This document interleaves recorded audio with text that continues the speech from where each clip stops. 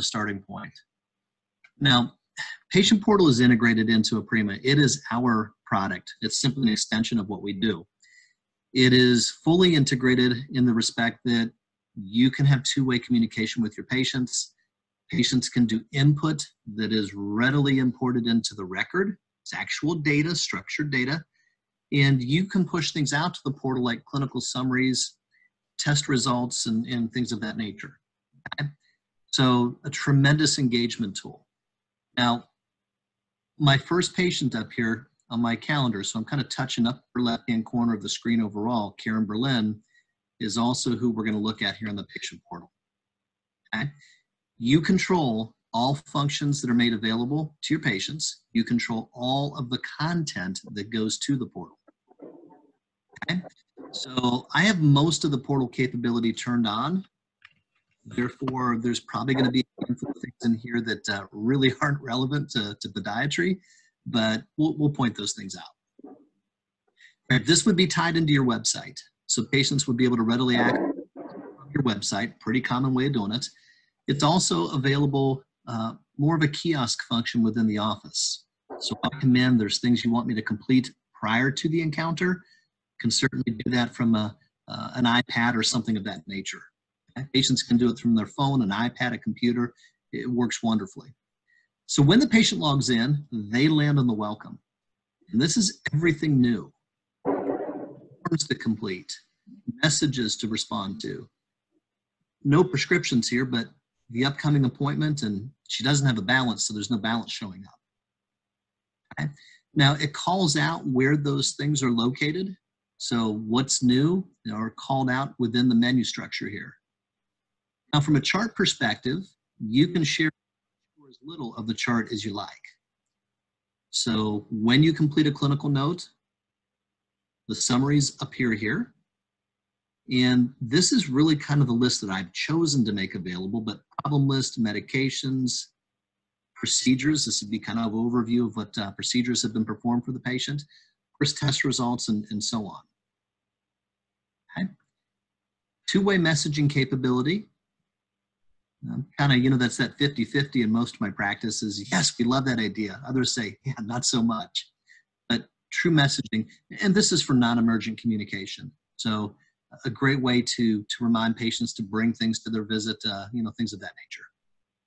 We'll come back to forms here in a moment, but prescribing is a capability here. So there was a prescription written previously, ability to request refill, and the patient can change their primary pharmacy. So if they wanted to change that to a Walgreens or whatever, ability to change that readily. Okay? And that updates the medical record, by the way. All appointments are here. So prior appointments listed below, upcoming above. I have capability turned on here to request an appointment. Again, something that some practices embrace, other practices say, not so much. But a capability that you can turn on if you like. And billing. Can't emphasize enough how cool this is. So no responsible party due in this example, but the patient is able to see their statement here. I've got Ledger enabled, and maybe the only one in the world who has the Ledger enabled, because none of my practices like that idea, but it is a capability. And online payments, we make it very convenient for patients to pay. Whether it's point of service in the office, here on the portal, a digital statement, very convenient to pay. If I have a credit card on file, drop this down, hit the submit button, payment is made. It comes right to the office. Okay, so lots of really cool things available in the portal. Let's touch on forms. It's kind of the last piece of this. We're going to do at least one of these just to show how the data comes in. Two different formats here. And I'm going to touch on the one that's sort of cool and then the one that's really cool. So practice forms, what we have at the bottom here, this is a way to bring in information that is not structured. What I see used most often by existing customers would be the idea of that fillable PDF. So let's just do a quick example here to illustrate. So that downloaded, okay, that download button. And by the way, there's an upload button, 6 o'clock on screen, you see it. I'm going to go ahead and touch on the form that came in. And this is just an example form, okay? Where I'm going to go in and, complete what is in here and then literally turn around, upload it back, and it comes right into the office. So this is non-structured data, but there's a lot of things that this provides utility for. Consent forms would be one that comes to mind, if nothing else. Get those done before the patient arrives. So put your HIPAA forms out here, have the patient do a signature, because PDF form like this will support a patient signature. So really cool stuff that you can do with this. Now let's go to the forms that are structured data. And I got a couple of examples here: review of systems, social history. Let's complete the review of systems just for fun. I'm going to touch to complete the form. And as you can see here, this is a very generic review of systems.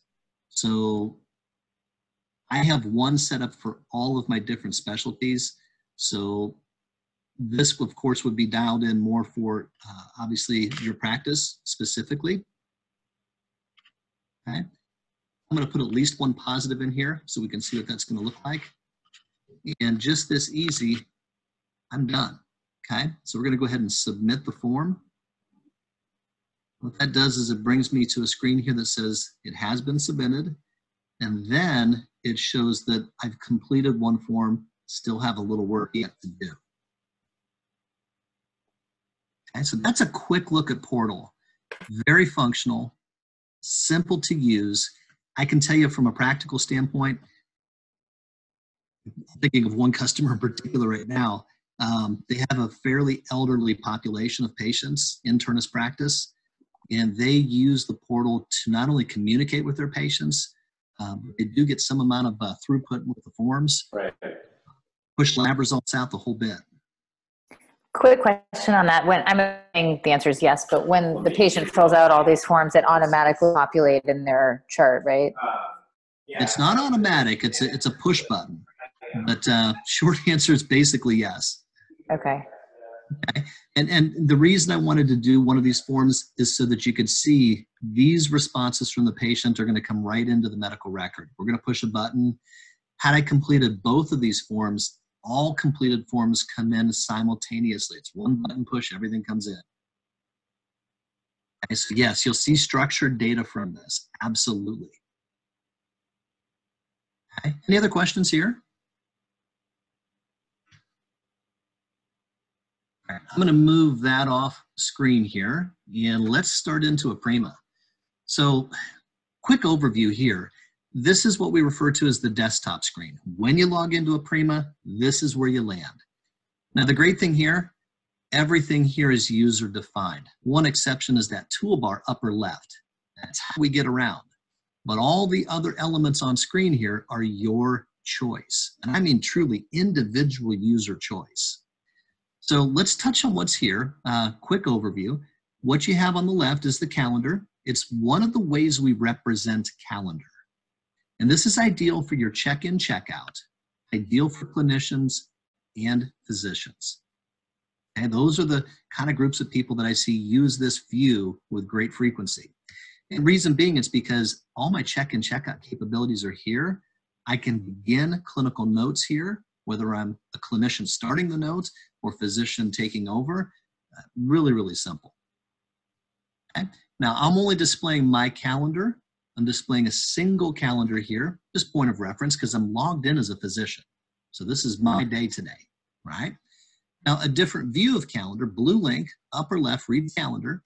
That blue link takes me and it shows me the provider's calendar. Now, let's give this context of a whole work week. Looks like I've not been very busy Monday, Tuesday, Wednesday, Thursday. Got a few patients here for Friday. But you get the idea here. Everything on this calendar you define. So the time increments out to the left, the way we've set up some templating on here, which you can see consistency of some follow-up time slots, new patient time slots, a block here at lunch. Everything else is open space. I have defined all of those elements based on my own, preferences. And it's very simple for you to do. Something that's done during implementation. Okay? So this is the calendar typically used for scheduling. Yes, I can actually work from here. I can open new encounters. I can check patients in or check them out. All the things I can do otherwise. Okay? But typically we're going to see a lot of that done from the front screen here. All right, couple pieces to the right. We've got the general inbox on the bottom right. So this is a catch-all inbox. All messages and tasks assigned to me land there. Many of those originate internally. So menu that we have here, if I take a phone call and record that for a patient or task someone to do something, a refill request, right? How about getting authorization? Okay, we get a procedure, something that needs insurance authorization. We have tremendous workflow for that, to not only capture all of the needed detail, but to dashboard it so that we're aware of how long an authorization may have been pending as we get it approved. Even the ability here to communicate with patients via the portal. Okay, so that's all internal stuff. Outside world, think of things like inbound, outbound fax. That's built into Aprima. Okay, so your inbound, outbound. When faxes come in, of course, we can route those documents to anybody that needs to see them and potentially approve of them. Laboratories, imaging, right? So with laboratories, if you do any blood work, certainly that blood work can be over to a laboratory and results coming back into typically the ordering provider. With imaging, love imaging and PACS integration. Ability typically to feed a PACS system, right? And then access the images stored there. So we'll at least we'll get a good example of that today. So to say that we're connected well with the outside world, absolutely. Absolutely. 4,600 interfaces that are up, running, and live today. And that's a huge number. It's a huge number. I mean, that's active interfaces today. So this is the general inbox.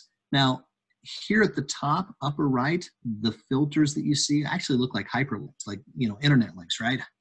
These are filters. So when messages come to me, I have my filtering set up so that if I receive a phone call, every phone call that I need to return goes into its own folder. Yes, they're down here. They're sitting down here, ready for me to address in the inbox, but the filter actually puts it into its own folder up at the top. So think about that. All my refill requests come to one folder, separate folder for phone calls, separate folder for lab results. So I'm able to see readily how many things are urgent. If my staff has marked anything urgent, what's routine. It's really easy to see what's going on in the inbox. And I've seen many of our providers, users, really take advantage of that. It can really help you prioritize your day as you kind of work through your messages. Okay, so guys, this is desktop. Pretty straightforward, but again, all user defined. Lots of latitude here. So let me pause for any questions and then we'll get into some clinical, actually check-in, and then we'll do clinical documentation.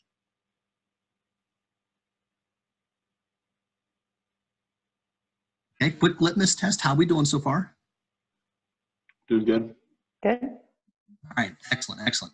Let's do a quick check-in. I'm not going to spend a ton of time there. We're going to stay really physician-focused here because I know you two have to get back to seeing patients here pretty shortly. So quick check-in is touch of the appointment.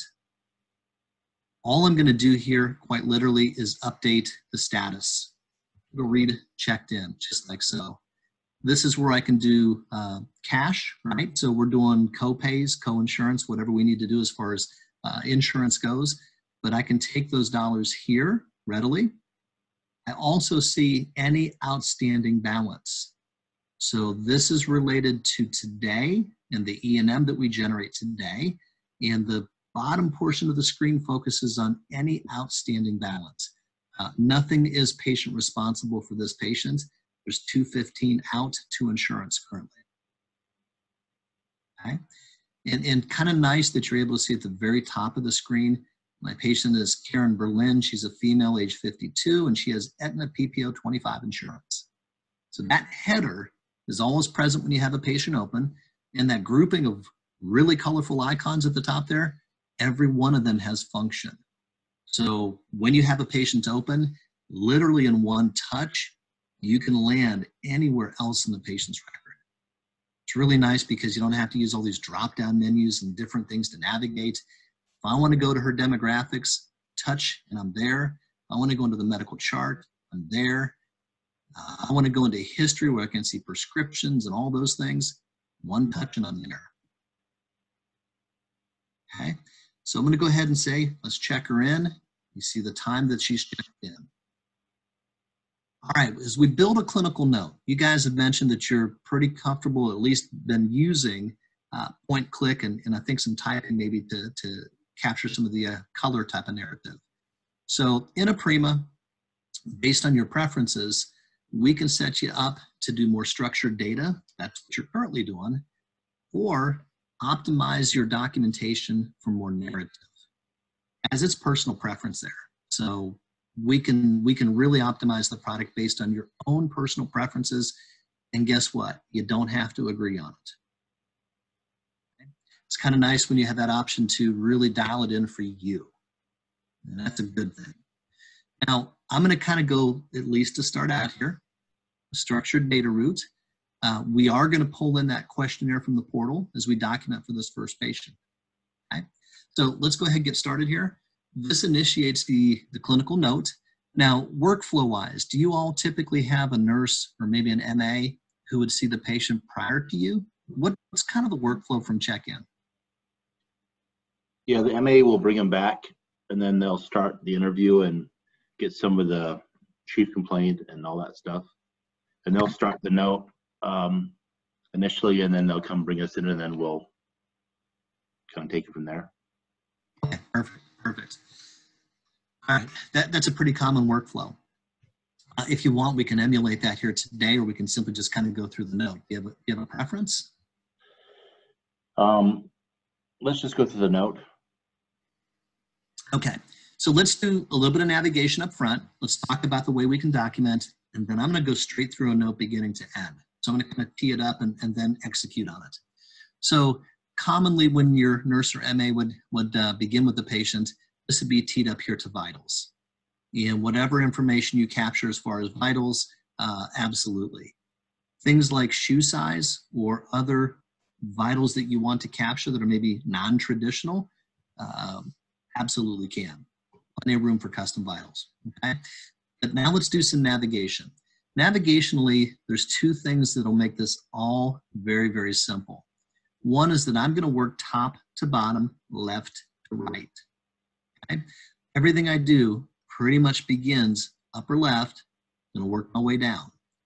Oftentimes my menu is here at the left, everything I'm entering is to the right. So it follows that pattern of movement consistently. Okay? The other piece here is SOAP. We're all familiar with the SOAP note. So let's draw the SOAP note out. My complaint and history of complaint. So CC and HPI. And I'm pointing up at that dark row that goes across the top here. So CC and HPI. Move over to objective. There's my exam. Assessment is here at DX. Leading up to plan are prescriptions, procedures, orders, and there's your plan. So linear format, really following the SOAP note through. Okay? Couple pieces here that are helpful. We can drive the note by complaint, and I'm going to touch on these here for a minute. Okay? We have a lot of complaints that are built in. So when I look at all of the foot and ankle related complaints, orthopedic related complaints here, there's a lot of pre-built content. So there's two ways that this works. One is that I can use that structured data, so I can click the mouse or touch the screen, make selections, or if I want to simply do narrative, so let me put in, say, foot pain as an example, I can type or talk here all I want. I leave it up to you guys, plain and simple. Okay? I'm going to erase the complaint for just a minute. Let's go over here to palettes. So this is 2 of 3. So when I look at palettes, it's our cute word for templates. So in Aprima, we've called them palettes forever. I really look at that as saying, okay, our templates are really stackable. I can use multiple templates to build a clinical note. In other words, kind of stack them up. So maybe that's what I mean by palettes, but the net of it is that your templates can be as narrow or broad as you like. And just to give a little perspective here, this is my ankle sprain template, but let's open that up to modify it. I'm going to kind of move this over just a little bit. All of the different elements you see here can be incorporated into a template. They don't have to be, they can be. So the complaint and history of complaint, the problem-focused review of systems, exam, okay, and which can be, of course, problem-focused. I can put diagnosis, prescriptions, procedures and orders in, plan notes, patient instruction. It can be a lot. And guys, with templates, chart it and save it. And yes, you have a template. Literally document it, save your documentation. That becomes a template. So here you can see just a simple example of the template. Now, how I save these, when I do clinical documentation, upper left-hand corner, I save it as what we refer to as a common problem palette or template, and then it'll join the list here. I'll take today's visit and I'll do a template out of it, okay? And you'll see how that works. All right, lastly is follow-up. So upper right, the last time I saw this patient was back in 2015, okay? So in follow-up, you can pull forward any element of a prior note. Does not have to be the whole prior note. Pick any element you want. Pick the whole thing if you like. But the way you do it simply is that the check boxes that you see here, that is what I'm pulling forward when I create the new note. Really simple to do. Yes, you can combine all three approaches. I can see a patient in follow-up, also address a new complaint, and I can drop a template in there too if I wanted. So they all work together. It's really you using the product in the way that's best, most efficient for you. Okay? All right, I'm going to do a complaint-driven note today. I'm skipping vitals. We'll go back to that. You know, it's a simple thing to enter. And I'm going to go ahead and if you look at 9 o'clock, you can see from the calendar, Aprima is a single product, office visit brief, complaint of foot pain. So there we have right from the calendar. So let's go ahead and put foot pain in. I'm going to move one step forward here to HPI. And remember, I'm working top to bottom, left to right. So there's foot pain. Here are my categories of findings. They follow CMS guidelines, so pretty cool. Those categories appear 3 at a time to the right. All right, everybody sees kind of the heavy green box around quality. Well, it's in the pole position here. In timing of episodes, onset resolution, they're right next door. So when I touch on severity, it hits the pole position, the 2 below, right next door. So instead of having to go through tree ladder stuff or pop-up windows or cascades of things, this gives me a way to really document quickly and efficiently. And guys, as I go through this, the idea is not to complete every category. That's silly. It's here because who knows where the patient's journey is going to take us. So that's the whole idea behind it. All right, so, quick question, sorry, yeah. As you're doing, and I assume this is how it works, but there's codes attached to all of this stuff as clicking, right? That comes through somewhere. One more time, because your voice kind of faded on me a little bit. Oh, sorry. There are codes that are attached to all of this stuff. So do the diagnosis codes and procedure codes come through as they're picking all of the things that show up in their note? Is it through? Actually, they can. Is it Okay. set up that way? Out of the box, it is not. But as I work through history of present illness here and I document the note, behind what we see here, you can actually have diagnosis and or procedure codes that are sitting behind here that would automatically be added to the note today. I see that oftentimes with well visits. I see that oftentimes with screening, like a diabetic foot exam, that type of thing, where I may want the code simply to be in here because I'm documenting that exam today.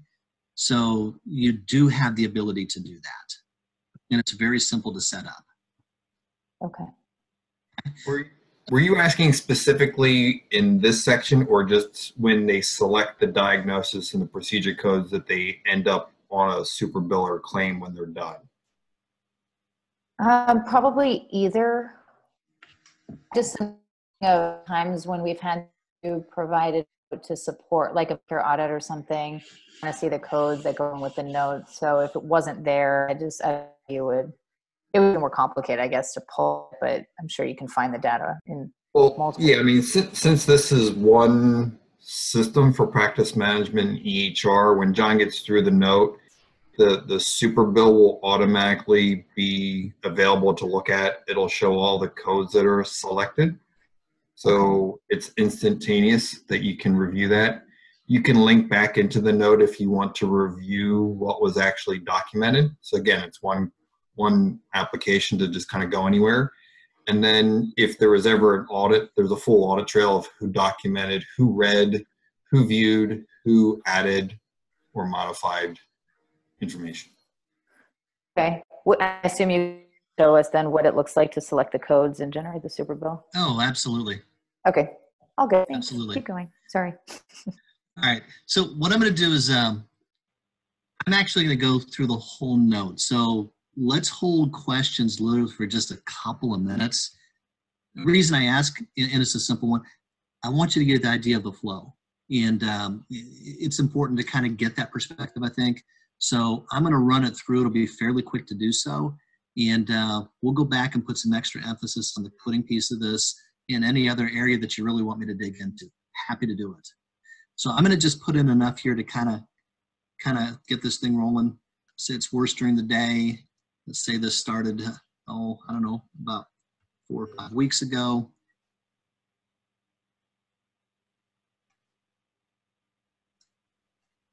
Okay. I'm going to leave it at that as far as what we are inputting, at least as his HPI goes. Let's touch review systems. Notice nothing documented. Up here at the top, about top dead center, is my icon that drives the import of all the patient responses. So just a single touch up. I would imagine your MA would do this at the beginning of the visit. That's a real common approach because it pulls in all of the questionnaires, whether there's one or many, okay? And confirmation that it's in. Now I'm going to move this just a little bit here. You can see we do the bold on the positives and text on the negatives, okay?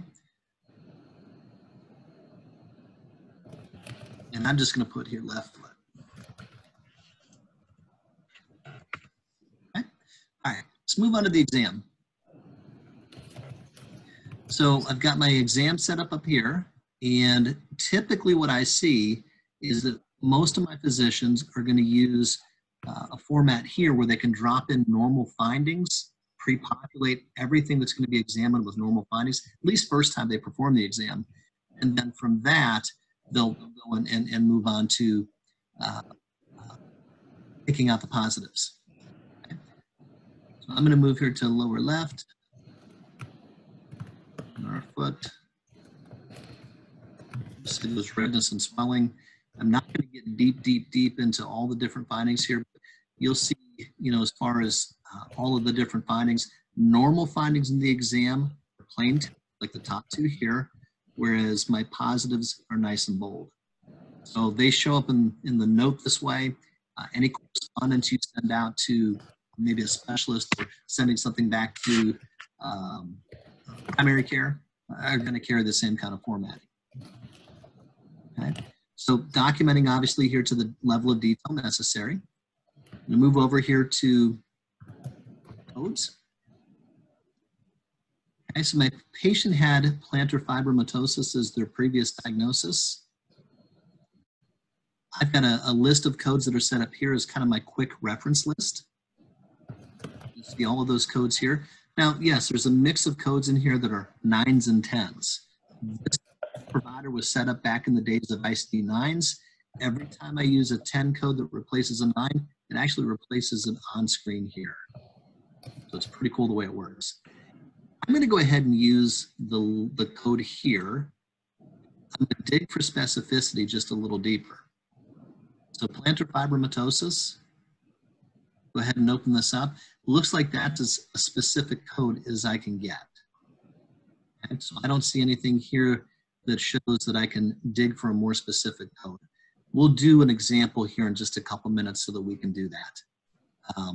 There's some icons that drive the screen here that show me when I'm using a non-specific code versus specific code. I'm using specific code here because I don't have anything flagging me. Okay. In the instance of prescribing, if we're writing any kinds of prescriptions, prescribe button is almost center screen, nice and blue. Any reason a controlled substance is written, access to your state controlled substance database is this link at 9 o'clock. That'll open up all states subscribed to in a single view. Literally, you're in the view as soon as you click the link. It does all of the pass-through kind of things that need to be done. Okay? I'll go ahead and write a script here real quick just to give you a sense of what it looks like. So shows here that the naproxen was written previously. Of course, I can use a search capability here to find anything that I need to write. Let's just do a refill here. Oh, we don't want to do that. Let's do a different prescription. Let me do an naproxen. Okay, so let's do a 250 milligram tablet. I'm going to go ahead and use my dosing suggestions here and just do a standard dose. And let's dig into the SIG detail here. 1 tablet hourly, twice daily. Let's do a 2-week supply with no refills. So that's written. Now let's touch on a couple things here real quick. Formulary capability is built in. So this pharmacy, the CVS pharmacy that's in the middle of the screen, when I put this up, it's pointing to that pharmacy. It'll give me copay information for that pharmacy, formulary related alternatives, and if prior authorization is needed, it'll be flagged. It'll let me know that. If I want to get the medication through prior auth, the EPA button here at the top reads EPA, nice red arrow. That's how we start prior auth. Push the button, it initiates it. You'll get an electronic response, a form to complete back from the formulary. You'll complete it and send it back through the formulary. Within an hour, typically, you get your yes or no. Okay? And of course, this screens for medications, contraindications, allergies, all the things that drug screening needs to do. That's all done in one. Okay? So go ahead and save the script, and that's ready to go to the CVS pharmacy. Procedures and orders. Your procedures are reimbursable. So anything you're doing in office that lands on a claim that is reimbursable, we call that a procedure. Orders are not reimbursable. So if I'm sending out, say, a CT, be a good example, an MRI, blood work that I need to get done, okay, those would be non-reimbursable orders, in other words. Okay? So common orders, those get tracked. So we have a dashboard for all of your labs and imaging studies that go outside the building. Those go to a single dashboard where they can be tracked to make sure responses, results come back. If you're referring patients for any reason, referrals are tracked on their own dashboard. Okay? And then we get to plan here. Plan's the last piece. Patient instruction and plan. There's a couple different fields here to capture information. I'm going to use a macro here. And let's say that we're going to have the rice therapy. Okay? So I want my patient to be doing this on a regular basis. That's all pre-written. All I had to do was touch the link. And that's instruction now that will print or go to portal at the close of the note. Go ahead and pull forward my diagnosis code here and can articulate my plan.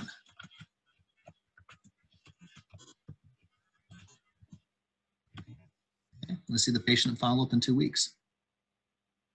All right, I'm going to display the note and then go back through a couple of things here just to give some context. So what we select as narrative, all those different items that I selected in HPI, they give me a really nice narrative here.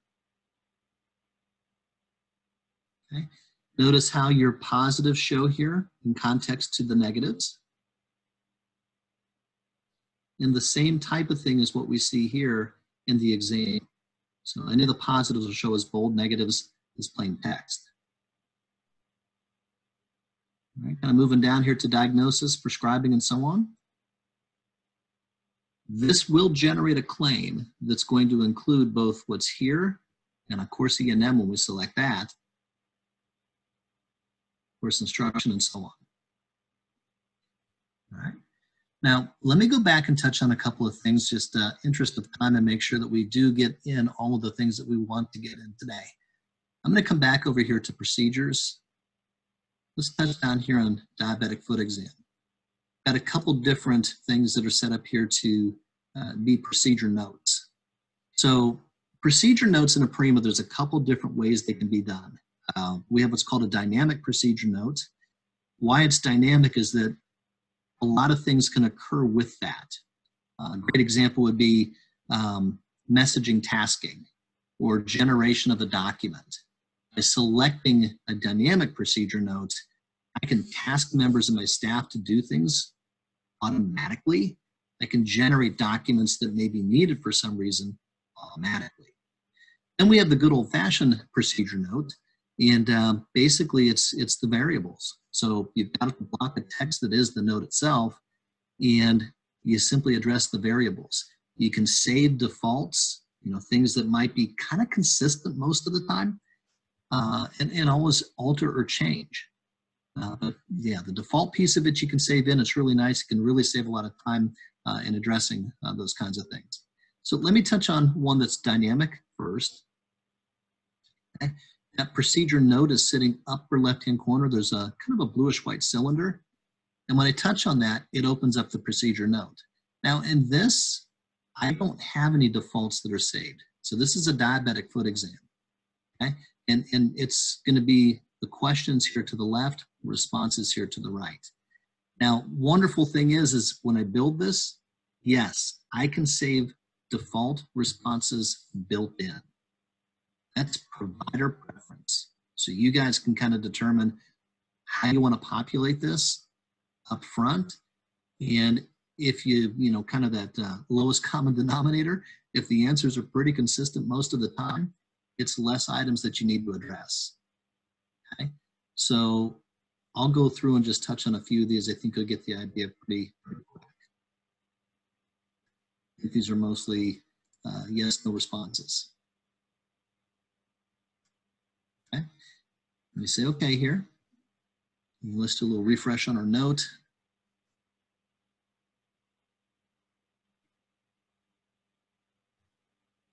So it kind of just sets up in that fashion.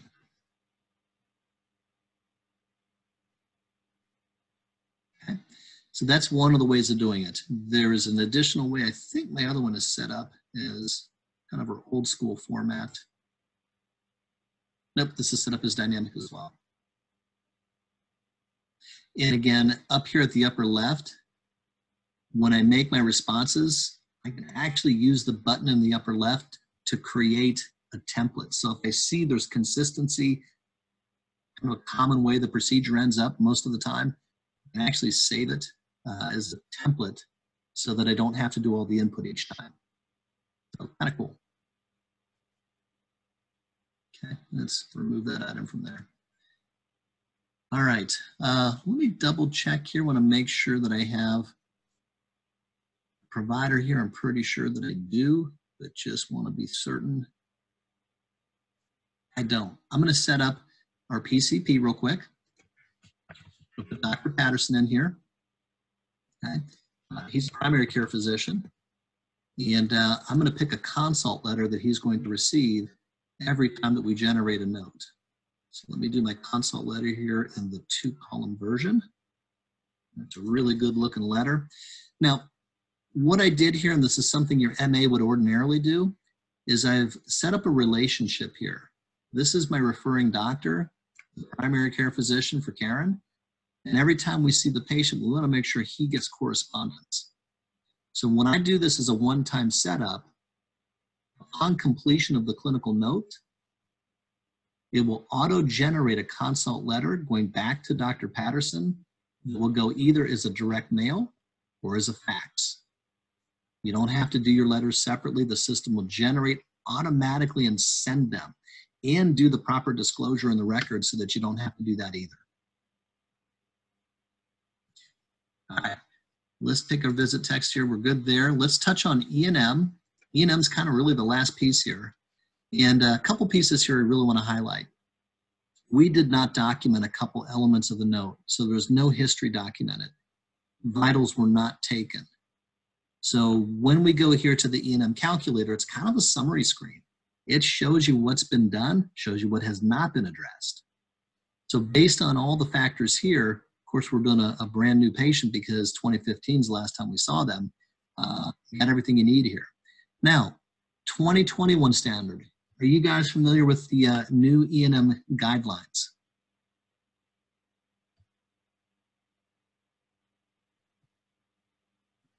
It's really quiet. Oh, you know what? I'm going to go with no. I'm not. All right.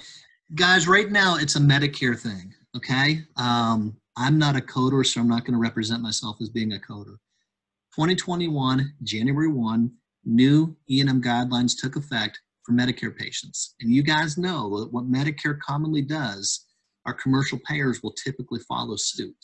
So today, this guideline only affects office-based patients, Medicare only, but check your local payers because your local payers, commercial payers, may be adopting the new standard.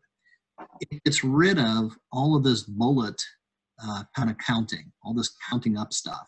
It eliminates that. And what it does is it either works based on complexity or it works on the amount of time spent with a patient. There's some reading to do behind this. CMS has a couple of documents that are pretty concise. They're easy reads, in other words, you know, over a cup of coffee kind of read. But I would encourage, take a peek. Very helpful to know what's going on with that because there are new guidelines in effect. We've already addressed those. Okay, let me go ahead and hit the couple pieces here because those are omissions. Let's get our full credit today. So let me touch on vitals. It takes me right back to here. I'm going to put in just enough information to have credit here. So let's say blood pressure is nice and normal, like so. And from history, let's just touch a couple categories that we reviewed: the medication list, we reviewed the problem list, and let's just say from drug allergy standpoint, patient tells us no issues with medications. So now when I touch back on E&M, you'll see nothing red. Okay, let me remove that and go back to documentation. So I've got a detailed history and a detailed exam of moderate complexity, level 3 visit. Okay. The note is done. It is ready to go. Okay. Nice looking note all the way through. All right, now what do we do next? We close the note. So bottom right-hand corner, there's an OK button. I'm going to touch on that. And what this does is it opens up a window that shows me that I can keep the note open if I want to go document some more. You know, maybe there's something left to finish, busy day, or mark it as complete. And right about center screen, you see a button that reads complete. So I'm going to touch on that. That told billing, this note is ready to review. That told billing, this is a claim ready to go. By virtue of documenting the clinical note, we are creating the claim. They're tied together. We're encounter driven. So the creation of the clinical note also creates the claim. And there's your claim ID number. It's 1508. So I'm going to say OK here to close out. That'll complete the note. What we have happening here is the medication automatically goes out to the pharmacy, and Dr. Patterson's going to get his consult letter automatically. So I say OK here, and all that magic happens. So next step here, what happens, and this would be a background thing, but because of the way I have this set up for demonstration purposes, I get an extra window here. This would not be popping up to kind of interrupt workflow in your world. And here's the reason why. Automatically, this would be tagged to go as a fax or as a direct message. They're grayed out. I don't have them installed in this particular database. I have mine set up to print because everybody says, well, what's the consult letter look like? So it gives me a way to share that with you. But what this does is it looks to Dr. Patterson in the database. It would look for his direct mail address. If he has one, great. This letter goes as direct mail. If not, it'll bounce over here to fax and go as a fax. So I'm going to let that happen. We'll give this just a second because that letter is going to generate to a file that we'll be able to see here in just a moment. And then we'll do the checkout. And I know we're coming up on time here just a little bit. So let me go ahead and just save that. That'll pop up on screen here. There we go. So this letter format is one that a lot of our practices really like. Pretend that's your letterhead. Okay. This would be formatted in a way that be very attractive, going out as correspondence from you. All of what we have here as far as history would be to the left. All of our findings here to the right, like so. And our letters typically are 1 to 2 pages max. So I don't know how that compares to what you're getting inbound from other systems, but every day I see other systems that are generating, no kidding, letters that are 8 and 10 and 12 pages long, full of, forgive me, a lot of useless information or not so pertinent information. So you guys control all the formatting here. This can read just like a letter if that's your preference. Thank you for your kind referral. Here are my findings today. Here's my assessment. Here's my plan. It can be that direction if you prefer. Okay. Move this fella over here off the screen. And I'm going to go back into the note for a minute. There was a question asked about how do we find codes? How do we make it simple? And I want to go back and just highlight something real quick. We'll go ahead and just open a new note for Mr. Jeffrey here. So what I'll do is touch to open here. This is going to go direction here just to show a couple of cool functions. Orders workflow and a couple of things here. So with ICD-10, we commonly build in a quick reference list for you. You guys will determine what's here. We can break this into categories, whether it be, toes, foot, ankle, whatever the case might be. You'll determine if we want to have some categories that sit over to the left and then the exact codes that'll be over to the right. Okay. I'm going to touch on something here. I'm hoping I'm going to get something with a little bit of, yeah, I'm not getting any of what I'm looking for here. Help me with a code that'd be a non-specific code that you guys use where, laterality comes into play, that type of thing. Maybe sprain of the ankle or foot. Do ankle fracture, like any of the fracture codes are all like that. Okay, my sprains are good too. I'm seeing. All right, here's what I was looking for. The do not enter sign to the left there, right? It's orange, but it's got kind of that symbol that looks like do not enter. Tells me I have a non-specific code, okay? Then we get what we call the building blocks here. I call it the Tetris cubes, but that'll tell you how old I am as well. So when I touch on the building blocks, what this does is it gives me all of the different factors that help me narrow specificity. Here they're called modifiers. I think it's confusing when we look at coding overall. I kind of call them qualifiers. But if I'm seeing the patient for an initial encounter, and this happens to be related to the left foot, there we go. There's my specific code. So it differs from what's at the left. An S93.609A. Yeah, there's my specific code. So that will get you paid. Now, when the patient comes back, subsequent visit, then sequela visit, you're going to still be changing those codes. And when you select the old code, it opens up the same kind of capability and you're able to put in the appropriate code. Okay, so we have a partner that we work with on this. This is called Intelligent Medical Objects. And we've had their database in Aprima since ICD-9s. It's been a long time. Really, really great way to be able to easily find the codes that you're looking for. Okay, so simply touch OK, and that's added into the encounter.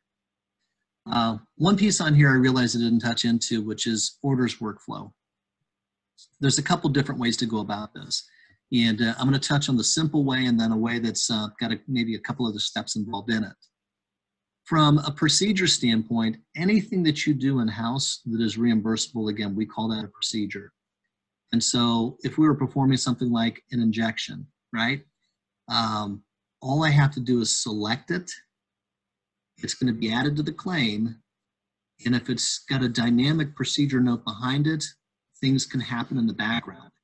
A great example might be if this for an x-ray, I'm sending a task automatically to my x-ray tech. They know a patient's coming down to get a film done, right?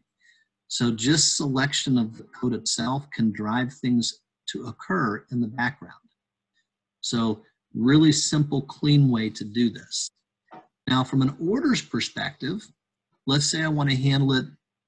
I have some percentage of patients that somehow duck out the door before they get their x-ray. And I want to make sure that we're truly capturing appropriate revenue and that we don't make a mistake and bill for something that didn't occur. So in the idea of an order, I can set this up as an x-ray to order. This can do the same magic of sending a task down to my x-ray tech. My x-ray tech, once the service is rendered to the patient, will mark it as a billable service. So in the process of the workflow, it's a push basically that now drops this from being a non-reimbursable order. It'll actually pop over into the procedure tab by virtue of the button push and now becomes billable. So depending on kind of what your workflows are, what your maybe concerns would be from prior experience, this can be set up in a couple of different ways, purely based on your preference of workflow. Okay. I know we're kind of coming up on the hour here, roughly 15, maybe 10 minutes, doctors, before you need to go back for patients. And my goal was to leave a little bit of time in between just to hit some Q&A. I'm going to open the floor to you all. And, what do you think? Give me some feedback if you would. We've got a couple questions. One is, can there be more than one person in the note doing stuff at once? In the active clinical note, one at a time. In the medical record, no limit.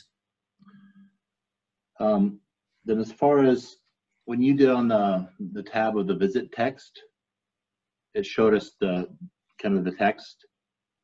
Do we have the ability to open it up and edit it? You can't edit the text that is here, but fields can be added here for you to add additional information into. So this is really more of a display of output is the intent of this. We have a different documentation capability within Aprima that gives you all kind of free text capability different from this. Can you show that to me? I don't know if I have it set up for this patient. Let me just double check and see if I got it set up. I probably have a generic setup. I'm going to add a configuration here real quick. Hey, John, while you're doing that, just talk about workflow and multiple people being in the visit. You can have people that are entering results or updating histories outside of the clinical note. So in that kind of workflow, multiple people can be in that patient's chart, so to speak. They can't have somebody entering vitals and then somebody adding physical exam at the same time. So they could be adding physical exam and I could be clicking on diagnosis codes or at the same time? No, just the history sections or result related information could be entered in. Okay. So quick example here. This is a different format of documentation, more of a dashboard approach. Came about as a collaboration with one of our larger customers. And the idea behind this is to give you more space to do just a lot of narrative. Now, you're not limited to narrative because here there's the ability to go in and do either dot phrases or macros, if you will, and those can be all over the map. So as I kind of move through this, you can see, a patient story here, any activity that occurs since the last visit, and you can see there was a refill request. A means to select problems, or diagnoses. So this is the patient problem list, and anything that I touch and select here is added to today's encounter. There are disease-specific tiles here. These are designed to show disease status, essentially. So you can pull in various different kinds of observations, whether those be vitals, lab results, and really bring everything together here as more of a dashboard kind of approach. And as I move down to the documentation capability, let's go beyond medications here. This is where all the documentation is done. So this is set up as more of a component of the note. Some of my practices have done this as subjective, objective, and plan. I've seen this. The capability here is you can do this in many ways. And when I go in and put notes in, the dot phrases are really kind of cool because the dot is a period, and I put a P in. So dot P, these are my macros, and just that easy, I can drop an exam in. Now, this is a really great way to document if you're someone who is inclined to type, or this is fantastic for voice recognition. So in a voice recognition capability, I'd simply come in and drop the cursor here, and I would call as a voice command the exam that I want to document. It gives me all of the different body systems bracketed in with normals, and I simply key down to the point where I want to, input some positives, and do that with detail, and then simply close it. And it'll drop all of that in. And you can create unlimited numbers of these kinds of macros, for all different kinds of problem-focused exams, that type of thing. So really nice way to do the documentation. So we've got two real primary ways of doing this, more of this dashboarded approach, or more of the structured data. We really leave it up to you all to determine what you like best, what will work best, individually for you. And if you share patients, the way the note reads, the way the note looks, it doesn't matter whether I document this way or with more structured data, the note still lays out formats in a very similar fashion. Okay.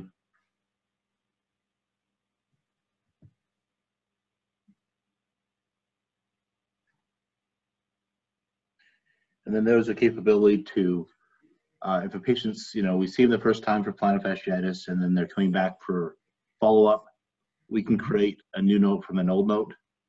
Absolutely. Where it pulls in most of the stuff, we can just update it. You can pull in any element of prior documentation to start your today note. Okay. Yep. Literally the entire thing or specific element, your choice. Whatever you kind of set up as your pattern, it remembers that for next time. So if you're consistent in the way you build your follow-up notes, you don't have to reset or make choices each time. You make it once, and it'll hold that unless you change your preferences, and that'll be your new preferences. So yeah, really great follow-up capability.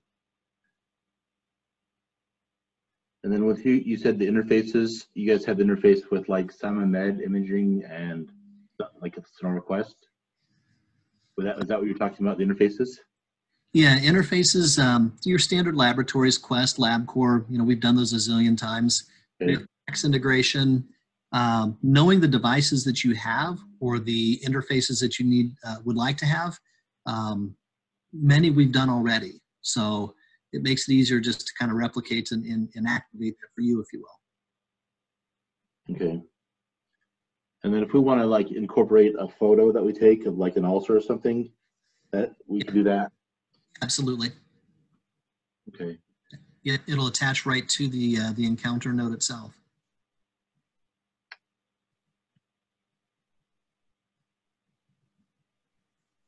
Hey Nate, do you have any questions? Not really. I'm just trying to take everything in. Yeah, it's a lot. You know what? To do this much inside of an hour's time, and you guys are already thinking about, hey, who's my next patient? Totally get it. Totally get it. I think the one takeaway is there's a lot of flexibility in terms of how you may want to approach your documentation, maybe from one patient to the next or one type of encounter. Again, new patient versus follow-up. You can kind of define what works best for you. Yeah, it does seem like it's very flexible, and whatever technique or whatever kind of style you're used to, you have an option to set it up that way for yourself. Yep.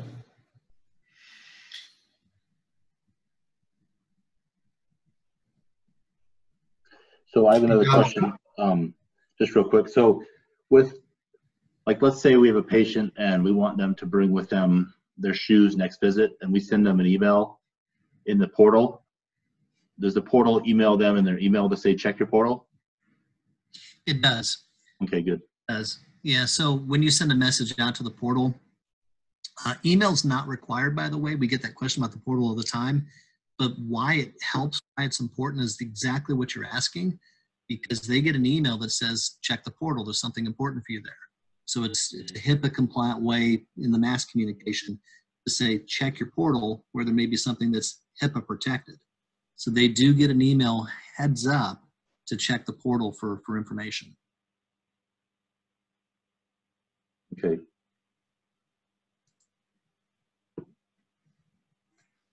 Hey, John, just before the doctors have to go to see patients, just want to quick show them that the super bill's completed, when they're done with the note. It is. So from a billing perspective, billing is built in. It's all one product. And so track super bills is kind of the beginning point for things billing. Now, the claim that I generated for my first patient, Karen, is actually sitting in queue here. So it generated the claim, and let me filter to today's super bills. Okay. Here's the claim for Karen Berlin. It is in the ready to review status. So literally, I complete the note, the claim is ready. So here, I'm going to open this up just because I think it'd be good for everybody just to see. This includes everything that was documented. So this is what we call an electronic super bill. It's not the actual formatted, 1500 form. As you can see here, the diagnosis I picked. Remember, I did the foot exam plus the E&M. You can move things around and change how things are here. The clinical note, top dead center, guys, that blue button. Here's the clinical note to support what we have on screen. So as I go through and review billing, how about that? Okay, so everything is here. Now we have a scrubbing capability here where I can validate this claim. It'll look for all information that should be present, make sure it's here, so that the claim's going out with obviously a better chance to be complete and thorough first time around. So some really, really good components that are built in here. But this is where we get to the claim. So again, I was in what we call track super bills. All the claims for the day will line up here. I can review them all at once, a little bit here or there through the day. They go literally from kind of this point in the product out through the clearinghouse. And each claim is statused. I'm circling ready to review status on this. Their status from the time that they're created, new charges, through full reimbursement. And within Aprima, those statuses change as we work the claims. And when they leave the office and go out through the clearinghouse onto the payer, EDI messaging routes back into Aprima and continues to update the claim status. So you're getting real-time status of the claim as it goes through its life cycle. And you have all touches to the claim are captured in the claim's history. So history is a part of the claim, blue button that I've highlighted. That captures every single touch, including EDI messages associated to this claim. So rich history right here in Aprima.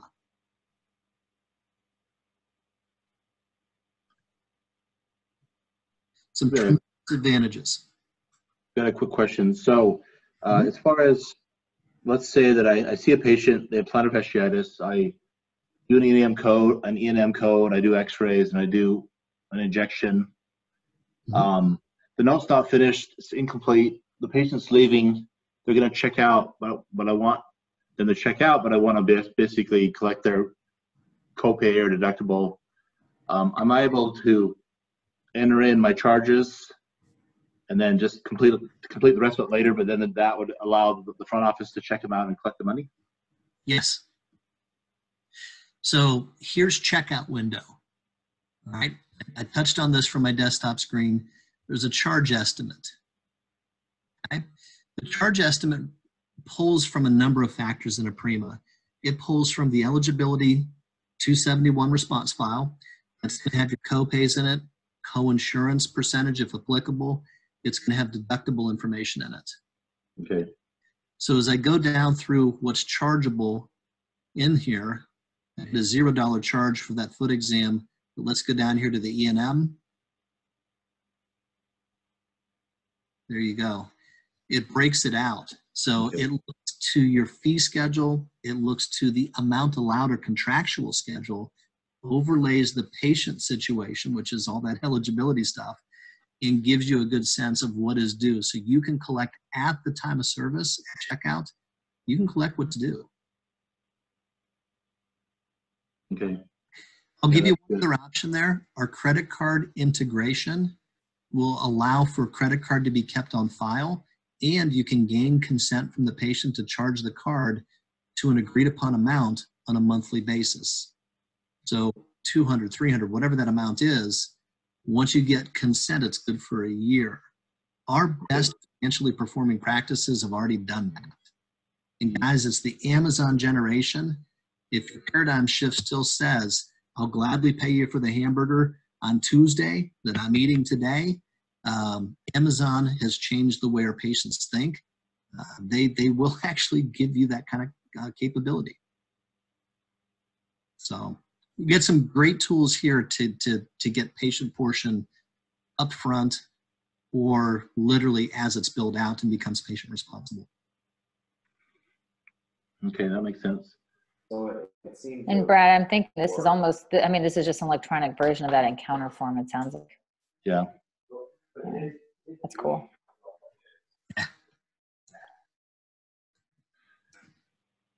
Well, I'm gonna drop off, and I think Dr. Jepson will. If Kylie, you want to go over some of those other questions, you can. We got to start seeing patients here. Thank you both for your time. Yeah, thank you for Doctors, all that. thank you very much. Appreciate your time. Thank you. So one of my questions was the staff was wondering if the system has any sort of like cancellation list built into it where they can add a patient waiting to get an appointment on whatever day, and if someone cancels, would it notify them that there's an open spot and who was next in line or any type of thing like that? Yeah, it's a great question. Let's touch on calendar. We do have a means to work with that. So there's something here called waiting list. It is not an automated function. The way this works, let's say I've got a patient here who wants to get in. Okay? So I put them into the waiting list. Mm-hmm. Now, a spot opens up on here. Whoever's at the top of my list will be the one that I want to get into that appointment slot. Okay? I can have notes with the patient on the waiting list to indicate, hey, this patient wants to get in the morning, sooner than later. If you're booked up for weeks on end, you literally can drag from the waiting list right onto the calendar. Oh, perfect. And if they have an appointment later on, does it cancel and put them in instead?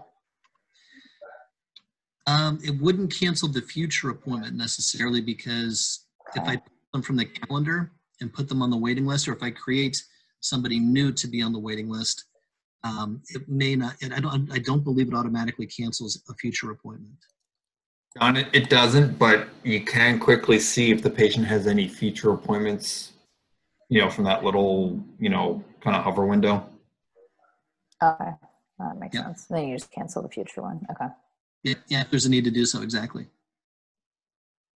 Okay. Another one was, say in the beginning where patients have the chance to put in their own information, such as like whatever medications they're on. Oftentimes, well, is that optional, or do they have to say, no, I'm not on any, or what? Because oftentimes the patient will just decide not to put them in and then bring in whatever their own paper list. Yep. And I guess in that situation, the staff was curious. I think a few of them have worked with other platforms that pulled the patient's medications just straight from their pharmacy. Yeah, so we don't give the patient the ability to put their own medications in. So that's the one piece of history that we have stayed away from as far as patient goes. Patients can actually input all of the other history elements, medications being the exception. Okay, so the staff would be responsible for that portion. Yeah, so let's touch on that though. I want to give you some positive on that, okay? So when I touch here to medication history, you can see my patient's got a couple of active medications here, a bunch of inactive stuff down at the bottom. We partner with SureScripts. So when I look at bringing medications in, SureScripts has on record everything that's been paid for using insurance. So here's what is on record. Here's what I have as active meds in the patient's list. So all I have to do is touch on anything that I want to bring into history and Perfect. add it in.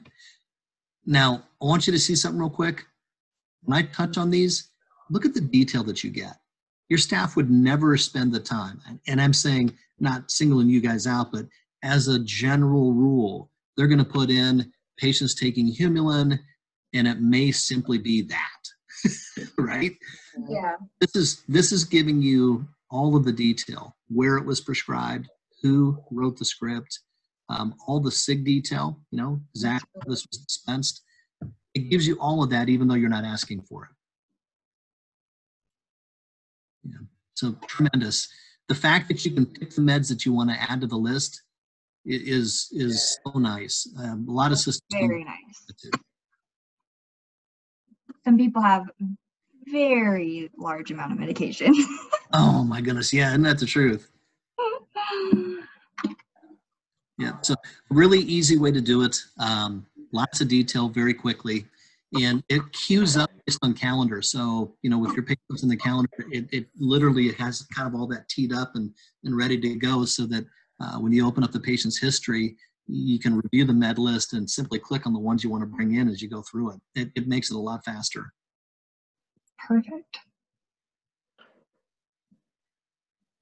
Those were the two main ones I had. Did you have any, Nicole? I just have a couple on the process of transitioning to this. So, years of customizations built into LITech MD and into the scheduling side on LITech for visit type and different templates in the progress notes. I don't know. There's a lot of stuff we've just for time built out. What's the process for switching? Are you able to sort of copy some of the stuff that we have, or do we have to literally from scratch fill out every section in here? Paul, do you want to address? Or do you want me to handle?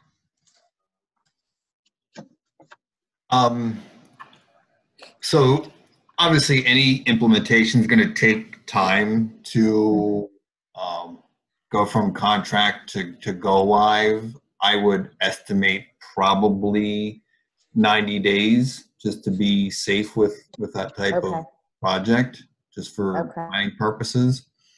From a data conversion, we can send you the list just so you have it, but just high level, the patient demographics are going to come through with all this various, chart number, social, date of birth, address, phone numbers. There are future booked appointments, the referring provider master list.